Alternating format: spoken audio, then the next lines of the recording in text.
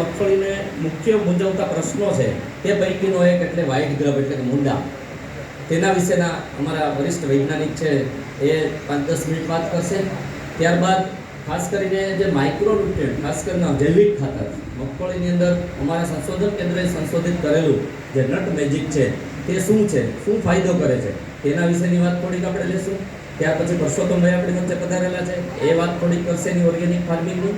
અને પછી જે ખેડૂત ભાઈઓ આવ્યા છે તેમના અનુભવો જ વધારે પડતા આપણે સાંભળવાના છે. અને છેલ્લે પ્રશ્નો હોય અને ત્યાર પછી ભૂખે ભજન તો ન થાય એટલે છેલ્લે તમારા બધા જ માટે અમે સરસ મજાની ભોજનની પણ વ્યવસ્થા રાખી છે, એનો પણ તમે લાભ લેજો. કાર્યક્રમને આગળ વધારતા અમે મિત્રો ઘણા બધા ખેડૂતોના ગામડા સુધી પહોંચવાનો પ્રયત્ન કર્યો છે. છેલ્લા 2 મહિનાથી લગભગ મેં તમને વાત કરી એમ 35 થી 40 મિટિંગ કરી. જે ગામમાં અમે ગયા છે ત્યાં તો અમે વાત કરી જ છે, પણ આજે ઘણા બધા ખેડૂત ભાઈઓ નવા છે કે જેને આટલી બધી ડિટેલ ખબર નથી. તો એની 5-10 મિનિટની અંદર હું વાત કરીને મારી વાત પૂરી કરીશ. આ બંને જે વેરાયટી છે તે સાહેબે કીધું તેમ 2020ની અંદર રિલીઝ થયેલી છે. આ બંને વેરાયટીના ફાયદા શું છે, એની વિશેષતા શું છે?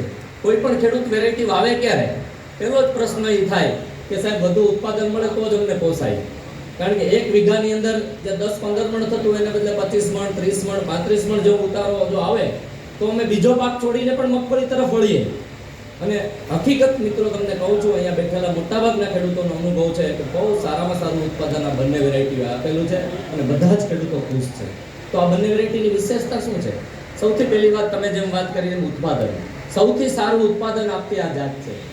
અને લગભગ 1 હેક્ટરે એટલે 6.25 વીઘાની અંદર 3 ટન કરતાં પણ વધુ ઉત્પાદન આપતી જાત છે. એટલે 25 મણથી તો ઉપર જ નબળી જમીન હોય તો પણ એના અનુભવ પણ અમે જે ખેડૂતોએ ના રેકોર્ડિંગ અમે કરેલા છે એ પણ અમે તમને સંભળાવું છું.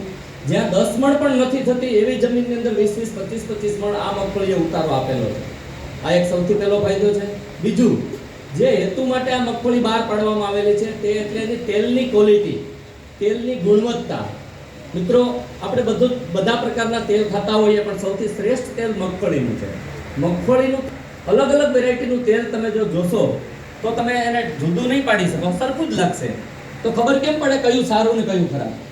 તો એમાં સૌથી પહેલી વસ્તુ જો એનો લેબોરેટરી એનાલિસિસ કરીએ તો એમાં જુદા જુદા પ્રકારના ફેટી એસિડ હોય. આ થોડીક વૈજ્ઞાનિક વાત છે, કદાચ બધાને નહીં સમજાય, પણ મારે જે મુખ્ય વસ્તુ કહેવાનું છે તેનું જે મુખ્ય તત્વ છે જે તેલની ગુણવત્તા વધારનાર અને ગુણવત્તાને આગળ લઈ જનાર અને આપણને હૃદય રોગ અને અન્ય રોગો સામે રક્ષણ કરનાર આવી રીતનું એક તત્વ છે એટલે કે ઓલિક તત્વ, ઓલિક એસિડ, કે જે અત્યાર સુધીની જે મગફળી આપણે વાવતા હતા એ બધા જ ની અંદર 50% આસપાસ જ હતું. પણ આ જે વેરાયટી ગિરનાર 4 અને ગિરનાર 5 જે અમારા સંશોધન કેન્દ્ર ખાતેથી બહાર પાડવામાં આવેલી છે તેમાં 80% ઓલિક એસિડ છે મિત્રો. કેટલું? 80%. હવે એનું મહત્વ શું છે એ તમને કહું. વિદેશના લોકો જે મોંઘું તેલ ખાય છે ને, ઓલિવ ઓઇલ, હું ગઈકાલે ડી-માર્ટની અંદર જુનાગઢમાં ગયો હતો અહીંયા જ, અને ખાસ અમે નેટમાં ને બધું તો જોયું હતું પણ પ્રેક્ટિકલ જ્યારે જોયું કે ઓલિવ ઓઇલ, મેં એના માણસને પૂછ્યું ભાઈ ઓલિવ ઓઇલ અહીં મળશે કે નહીં, ઓલિવ નામનું વનસ્પતિ આવે એનું તેલ. તો એ કે હા સાહેબ છે ત્યાં ખૂણામાં. એ ડબ્બો ઉપાડીને મેં જોયું, એનો ભાવ જોયો તો 1 લીટરના 1580 રૂપિયા હતા. કેટલા? 1580 1 લીટરના. કે જેની અંદર પછી મેં એનું કન્ટેન્ટ જોયું અંદર કે આમાં શું છે.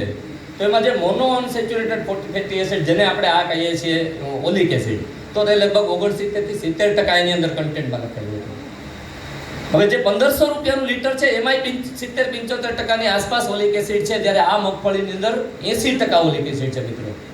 સૌથી આનંદની અને હરખની આ વાત છે. પણ આપણને તો મગફળી જેવી જ મગફળી બધી લાગે એટલે ઘડીકમાં ખબર ન પડે. પણ હવેનો સમય એવો આવશે કે લોકો સામેથી માગશે, એને જેને સમજાશે ને પછી. અમારી પાસેથી જે ખેડૂતો લઈ ગયા હતા એના લેબોરેટરી રિપોર્ટ પણ જ્યારે અમે જોઈએ ને ત્યારે એક અમારા ખેડૂત લઈ ગયા હતા અહીંથી તોરણિયા ગામના, એણે એનું એનાલિસિસ કરાવ્યું. મારી પાસે એનો રિપોર્ટ પણ છે અત્યારે. 83% એની મગફળીની અંદર ઓલિક એસિડ છે. વિચાર કરો મિત્રો, આટલો શ્રેષ્ઠ ક્વોલિટીનું તેલ આ મગફળીનું છે. એટલા માટે જ અમે રાડો પાડીને ભારપૂર્વક ખેડૂત મિત્રો, કારણ કે અમે અહીંયા જે વાત હું કરું છું ને આજે તે કે ઓફિસર તરીકે નથી કરતો, એક ખેડૂત પુત્ર તરીકે કરું છું, એટલું સમજજો તમે. અને એટલા માટે જ દરેક ખેડૂતોને આગ્રહભરી વિનંતી અમે કરીએ છીએ કે આ વેરાયટી તમે વધુમાં વધુ લોકો સુધી વાવો. તમે જ નહીં પણ તમારા આજુબાજુના ગામડામાં સગા સંબંધી બધે જ આ વેરાયટીનું મહત્વ સમજાવો, કારણ કે સારામાં સારી વેરાયટી છે. મેં તમને ઘણા ગામડા મિટિંગમાં પણ કીધું છું, કોઈ ઠેકાણે આપણે ઠેકાણું જોવા જતા હોય તો બધું જોઈએ ને, કુટુંબ કેવું છે, સંસ્કાર કેવા છે, જમીન કેટલી છે, આવકના સાધનો શું છે, આ બધું જોઈએ ને, પછી જ આપણે સગાઈ માટે નક્કી કરીએ ને. તેમ આ વેરાયટી મિત્રો એવી છે જેને સર્વગુણ સંપન્ન અમારી ભાષામાં કહી શકાય. ઉત્પાદન સારામાં સારું, તેલના ટકા 53%, કેટલા? 53% બંને વેરાયટીમાં. ઓલિક એસિડ 78 થી 80% ઓલિક એસિડ. આ ઉપરાંત રોગ અને જીવાત સામે પ્રતિકાર શક્તિ ધરાવે છે. એ ખેડૂતનો અનુભવ પણ આપણે સાંભળશું કે મારે 20% ખર્ચો બીજી વેરાયટી કરતા આમાં નથી થયો, રોગ જીવાતમાં, દવામાં. સૌથી સારામાં સારું. છેલ્લે સુધી એનો પાલો એટલે કે પાંદડા લીલા રહી છે. ગયા વર્ષે આપણને ખબર છે વરુણ દેવતાએ આપણને સારી દિવાળી નહોતી કરવા દીધી. દિવાળીમાં રામ રામ મળવાય જવા નહોતા દીધા. એવા બધા ખેડૂતો બીજી હતા છેલ્લે વરસાદ થઈ ગયો એટલે. શું કામ? કારણ કે વરસાદ મોડો થયો તો મોટાભાગની મગફળી ખેતરમાં જ ઉગી જાય. પણ આ મગફળીની એવી વિશેષતા છે કે જમીનમાં પણ ઉગી જતી નથી અને એની અંદર ડોર્મન્સી રહેલી છે. મિત્રો, આ સૌથી મોટો આ વેરાયટીનો ફાયદો છે.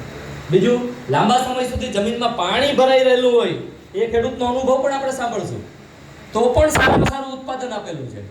વરસાદ ખેંચાય તો પણ ટકી શકે. ચારાની ક્વોલિટી સૌથી સારામાં સારી છે. એ ખેડૂત આવ્યા કે નહીં મને ખબર નથી, પણ અમે ગામડે મીટિંગ લેવા ગયા ત્યારે એણે એ પણ કીધું કે સાહેબ મારે ગિરનાર ચારાનો ઢગલો પડ્યો છે, એની અંદર પોપટને બેસાડી દો ને તો પણ જડે નહીં, આવો લીલો ચારો છે. વિચાર કરો, સારામાં સારી ક્વોલિટીનો ચારો કે જે આપણે પશુપાલન સાથે સંકળાયેલા છે એટલે જરૂરી છે આપણા માટે. તો બેસ્ટમાં બેસ્ટ ક્વોલિટીનો ચારો પણ આ વેરાયટીનો છે. તો મિત્રો, આમાં બધા જ પ્રકારે સર્વગુણ સંપન્ન એવી આ ગિરનાર 4 અને ગિરનાર 5 આ બંને વેરાયટીઓ છે. અર્ધ વેલડી જાતો છે એટલે તમે બિયારણનો દર અમારી ભલામણ તો વીઘે 20 કિલોની છે. ઘણા ખેડૂતો 35-40 કિલો વાવે છે. એટલું બધું બિયારણ બગાડવાની જરૂર નથી. માત્ર 20 થી વધીને તમને એવું લાગતું હોય ને આમ ખેતરમાં ગયા પછી એમ લાગે કે ઓહ આ તો ગમતું નથી જોવું, ચિંતા નહીં કરો, 25 કિલોથી વધુ વાવતા નહીં મેક્સિમમ. અમારી ભલામણ તો 20 કિલોની જ છે. તોય પાટલા અડી જશે, આટલી સારી વેરાયટી છે. બીજું, આના જે સૂયા છે એ બહુ એકદમ નજીક થાય છે અને એની સ્ટ્રેન્થ પણ બહુ સારી છે એટલે જમીનમાં તૂટી પણ જતી નથી, ઓછામાં ઓછી તૂટે છે. બીજો એક ખેડૂત મિત્રએ પોતાનો અનુભવ કીધો કે સાહેબ મારે 32 નંબર પણ હતી ને ગિરનાર 4 પણ હતી. તો બેયમાં જ્યારે ઉપાડી ત્યારે 32 નંબરમાં માટી ચોટેલી આવી વધુમાં વધુ, જ્યારે ગિરનાર 4માં માટી નહોતી. એનો અનુભવ પણ અમે તમને સંભળાવશું.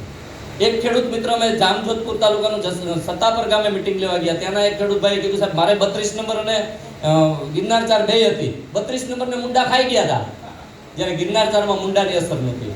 મિત્રો, આ અમે નથી કહેતા, આ ખેડૂતો પોતાનો અનુભવની વાતો કરે છે અને ખેડૂત બોલે એટલે સાચું જ હોય.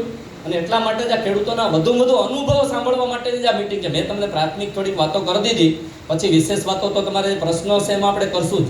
પણ વધુ તમે લોકો બોલો અને બીજા લોકો સાંભળે, આ અમારો મુખ્ય આજના આ કૃષિ મેળાનો હેતુ છે.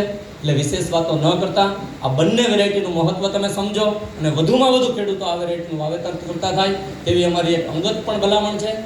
બરાબર? એટલે હવે આપણે આ કાર્યક્રમને આગળ વધારતા અમારા સંસ્થાના વરિષ્ઠ વૈજ્ઞાનિક ડૉક્ટર નટરાજ સાહેબ છે આપણી વચ્ચે. એ પણ બીજા રાજ્યના છે પણ વર્ષોથી અહીંયા છે એટલે થોડું ભાંગ્યું તૂટું ગુજરાતી પણ સાથે બોલશે. અને ખાસ કરીને એ કીટક શાસ્ત્રના વડા છે. રોગ વનસ્પતિની અંદર કીટક શાસ્ત્ર જે છે આપણે રોગ જીવાત, ખાસ કરીને જીવાત એના, અને એમાંય મુંડા સૌથી અગત્યની જીવાત છે આપણા માટે અત્યારે. તો એનું નિયંત્રણ કેમ કરવું એની ટૂંકમાં વાત આપણને ડૉક્ટર નટરાજ સાહેબ કરશે. એ હિન્દી ગુજરાતી મિક્સમાં વાત કરશે. છતાંય તમને ક્યાંય ન સમજાય તો લખી રાખજો, છેલ્લે હું તમને ગુજરાતીમાં સમજાવીશ. આવીએ.